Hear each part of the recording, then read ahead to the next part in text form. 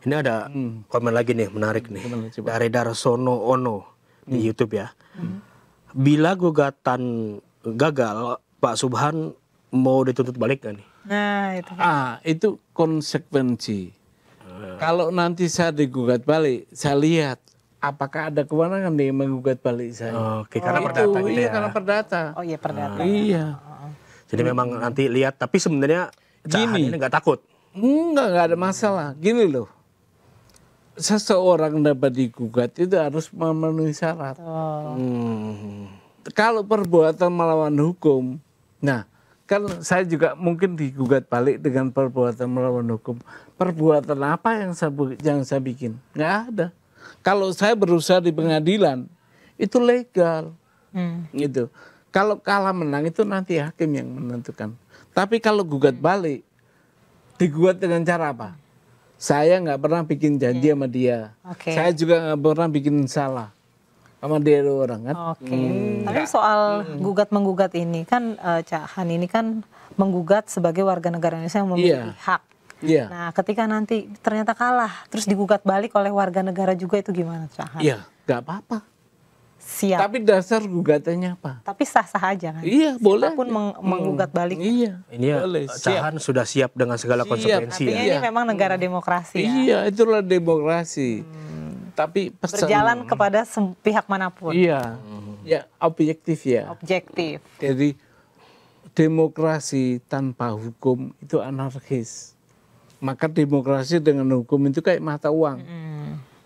Mata uang yang bolak-baliknya berlaku gitu. Nggak bisa dipisahkan.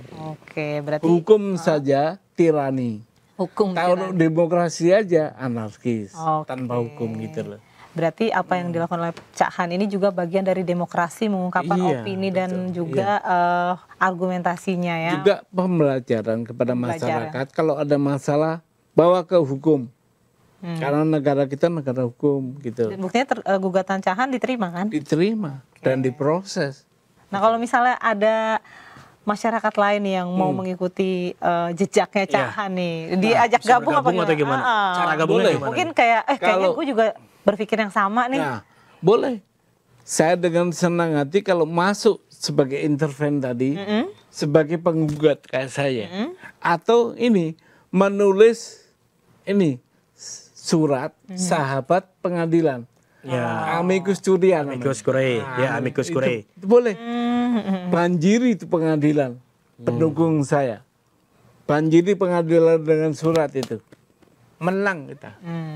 Tapi selama ini selain yang mendukung Cak Han nih, ada juga nggak sih opini-opini yang kontra dan cukup mengganggu gitu? Apa yang paling mengganggu buat Cak Han nih dalam rangka perjuangan untuk meminta legalitas ini? Banyak yang termul itulah, yang disebut termul itulah. Termul, misalnya kayak gimana tuh? Apa komentarnya? Dia bilang katanya, ini hanyalah halusinasi lah, mencari panggung lah. Nah, enggak lah.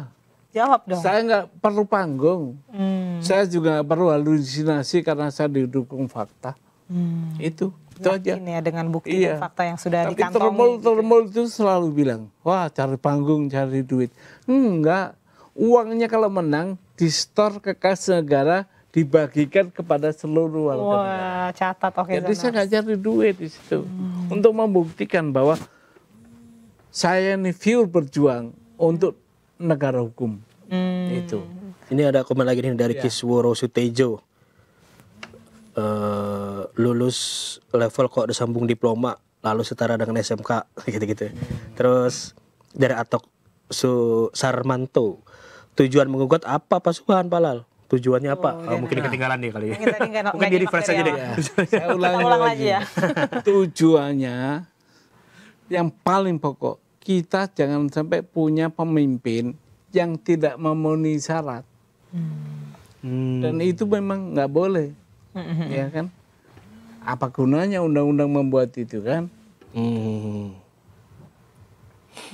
Jadi memang perlu ada kejelasan ya soal ijazah ini, karena ijazah kan salah satu syarat untuk menjadi seorang pemimpin negara. Iya betul. Jadi kalau ijazahnya saja masih dipertanyakan, kedepannya mungkin masih di ini lagi gitu kan. Dan gini loh, saya Mbak Fitri ya, Pak Hafid ya, kita ini pernah bersekolah ya. Ya. Ada nempel di diri kita kecerdasan, ya kan? Jadi bukan hanya ijazah.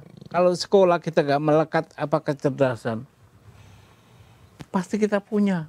Makanya Mbak Fitri, saya, Mas Hafid bisa duduk di sini karena ada kecerdasan, Ya. ya kan? Ya. Nah, kalau ijazah karena formilnya diminta, maka harus ditempatkan. Ya harus ada itu sebagai syarat administratif gitu ya. Tapi kan di negara ini memang sudah dikenal ya, kalau kata netizen ya, kalau syarat-syaratnya aja bisa dimanipulasi, apalagi cuma Ini yang Jadi berbahaya. kayak udah semacam Ya. legalan secara Ketika nggak kita langsung. melihat legalitas atau misalkan orang dalam, bahasanya orang dalam Iya. itu dikasih jabatan segala macam, kita yang di bawah juga akan merasa bahwa wah kita nggak bisa berusaha kalau misalkan nggak ada orang Iya, dalam nih gitu loh. kayak Gini udah nih. biasa aja gitu. Saya punya ide atau saran bahwa pintu masuk kepada semua jabatan itu kan KPU. Nah, dia harus bisa menjadi penyaring di situ. Tapi yang terjadi sekarang, Harus lebih Nggak canggih ya. bisa. Kenapa? Ada relasi kuasa gelap tadi itu. kalau sekelas KPU terintervensi, ini kan dampaknya kemana-mana kan. Iya. Hasil pemilu, iklim demokrasi. Nah, Cak Han sendiri melihat apa yang harus mungkin direformasi ya dari KPU. Udahlah, saya udah bilang saklek aja, mundur lah orang-orang KPU itu. Ganti yang baik-baik lah. Ini Itu ini jujur Mas Uman, banyak banget nih di YouTube Rame pertanyaan nih, rame rame nih banget kayaknya. gitu kan. Ini ada pertanyaan lagi nih dari Burhanuddin 61 Udin. Kenapa Pak Prabowo juga tidak digugat ijazahnya, kan lulusan luar negeri juga. Nah, itu menarik itu. Kalau Pak Prabowo itu udah melewati pasal itu. Karena Pak Prabowo sekolah di dalam negeri. Iya. Di Magelang. Ada Akmil ya. Itu, Iya. Udah lewat itu. Ada fasenya. Tapi ini kita ngomong, ini kalau ijazahnya terbukti palsu ya, baru kita tadi berpolemik bahwa KPU nih begini, harus mundur segala macam. Tapi ini kan masih proses hukum ya. Tapi istilahnya kita mengumumkan pendapat, jangan sampai KPU kita ini benar-benar terdistorsi ya, seperti Digembosi itu. dengan relasi kuasa gelap seperti Mas Uman bilang ya. Jadi gini, kalau ini kan perbuatan melawan hukum. Nanti andai kata, ya kita berandai-andai, dikabulkan. Berarti kan ada perbuatan melawan hukum yang disandang oleh dia, oleh orang itu. Kalau nggak mundur ya keterlaluan, ya kan?